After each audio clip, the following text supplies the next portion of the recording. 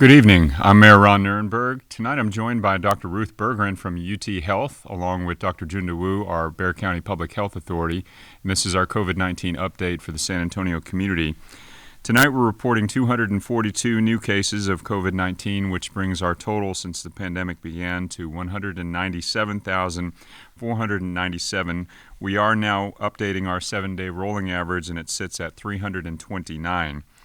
Sadly, we do have 2 new deaths to report this evening as well. In total, since this pandemic began, we've lost 2,678 of our neighbors, friends, and family members to COVID-19, and please keep that in mind. Every time we report a new number to you, that is a loved one that we've lost, a life well lived, and a neighbor that we are mourning, so please keep them and their families in your prayers. In our hospitals tonight, we continue to see more improvements. There are 368 COVID-19 patients in our hospitals this evening. That's the lowest number of patients we've seen in quite some time, actually since early November. Overnight, the last 24 hours, we've had 51 new admissions. There are 136 patients in the ICU with COVID-19, and 72 are on ventilators.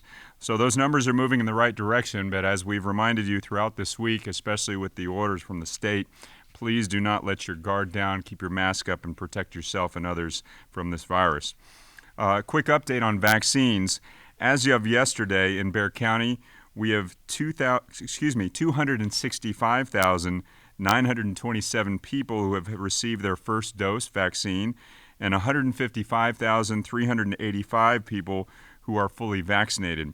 Obviously, those numbers are nowhere near what we need to be for herd immunity. I want to thank all the healthcare workers and volunteers who have been working our mass vaccination sites to get these into arms and protect our community. But as we've been saying from the very start for the last several months, we need more vaccine doses. So we are continuing to send that message to our partners at the state and federal level. Let me turn it over now to Dr. Bergeron to give an update from the county and from UT Health. Thank you for having me with you this evening. The best way to prevent a COVID death is to prevent a COVID infection, so we're all about vaccines. The judge wanted me to share that UHS yesterday administered 6,072 vaccines, which is the largest distribution day ever, and so we're really proud of that.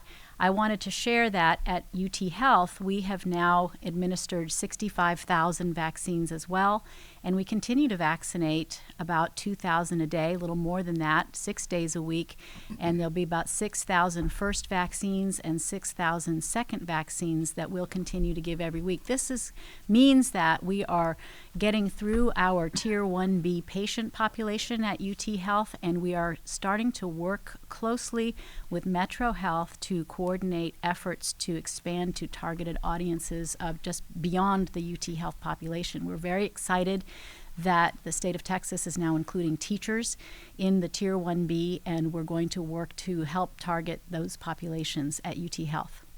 Thank you, Dr. Bergeron. And we did get some good news, which has not been confirmed yet with a manifest, that we will continue operations at the Alamo Dome, as we do expect some new shipments of vaccines next week, as we did this week. I also want to remind you that if you are struggling through this pandemic, paying rent or mortgage, we have set up an emergency housing assistance program for you.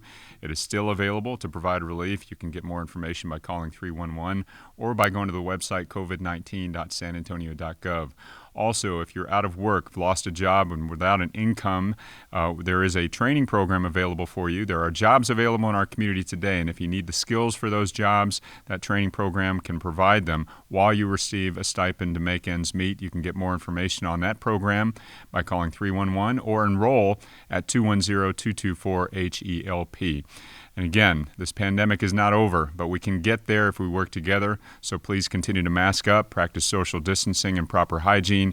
Do it for yourself, do it for your family, and do it for San Antonio. As always, you can get the latest on COVID-19 by texting COSAGov to 55000 or by going to the website covid19.sanantonio.gov. Dr. Wu, Dr. Bergeron, and myself are available for questions. Mayor, you guys have mentioned previously, since the announcement of the 100% opening and lifting of the mask mandate, that there are some concerns. This month, we're seeing the most events, the most maybe amount of people in the city since maybe the pandemic even started a year ago. Is there any message that you would send to businesses, to events, as spring break is starting up next week, and then we see St. Patrick's Day and the tournaments?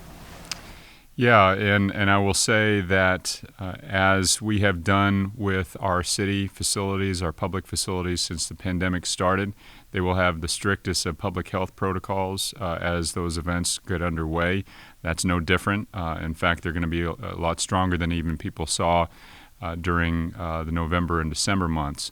So in public facilities, you're going to see adherence to proper health guidelines and protocols that we need to protect people as things begin to open up. For those organizations that are hosting events for which we have no jurisdiction because of the state's orders, I would say it's incumbent upon you to protect yourself, your patrons, the staff that are going to be working those events, and there's no better way to see how you can do it safely than to pay attention to the public health protocols that are going to be operational in these public events at city facilities and county facilities. Is there anything that can or will be looked for or enforced by any teams as spring break is here?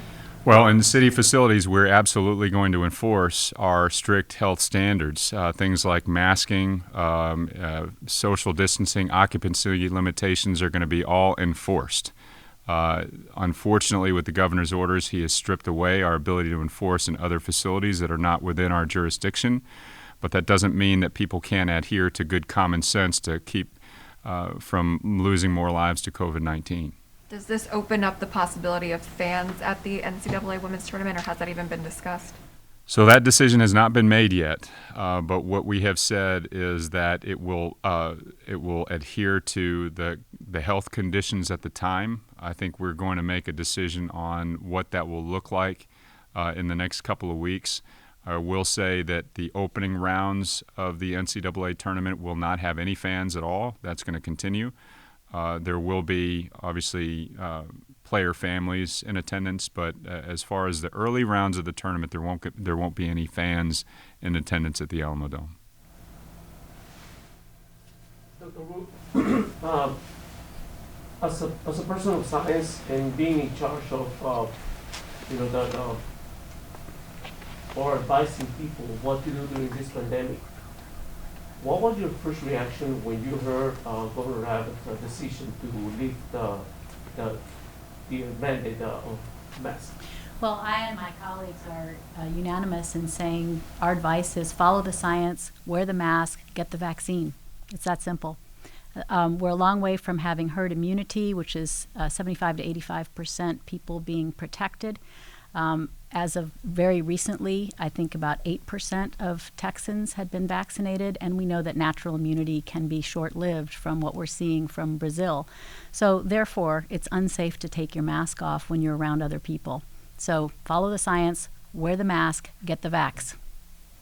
And for anyone who's not keeping up with the news from Brazil, there are people who had been infected who got infected again because of the new variant there. So I hope that people have come to see that wearing a mask as even if you don't have to, it's something that's responsible, it's the common sense thing to do, and it's a courteous thing to do.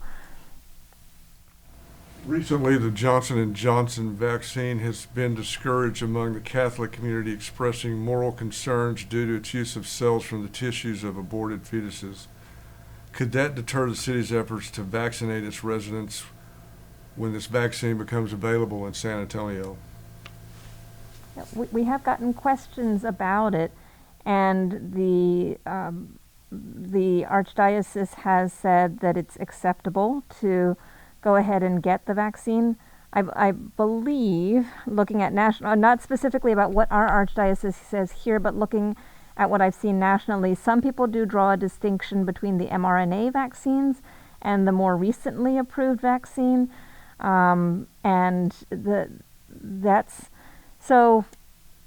there are cell lines from the 1970s, 1980s, that are still used today in some vaccine science, or in some cases in vaccine production for the more recent vaccine. So that is a question, and we point people toward the Archdiocese's guidance that the benefits overall are, and compared to compared to the moral concerns, they feel like right now are more important to go ahead and get vaccinated. I don't know if anybody else wants to add to that. I also feel like that is a conversation for the person and their faith leader.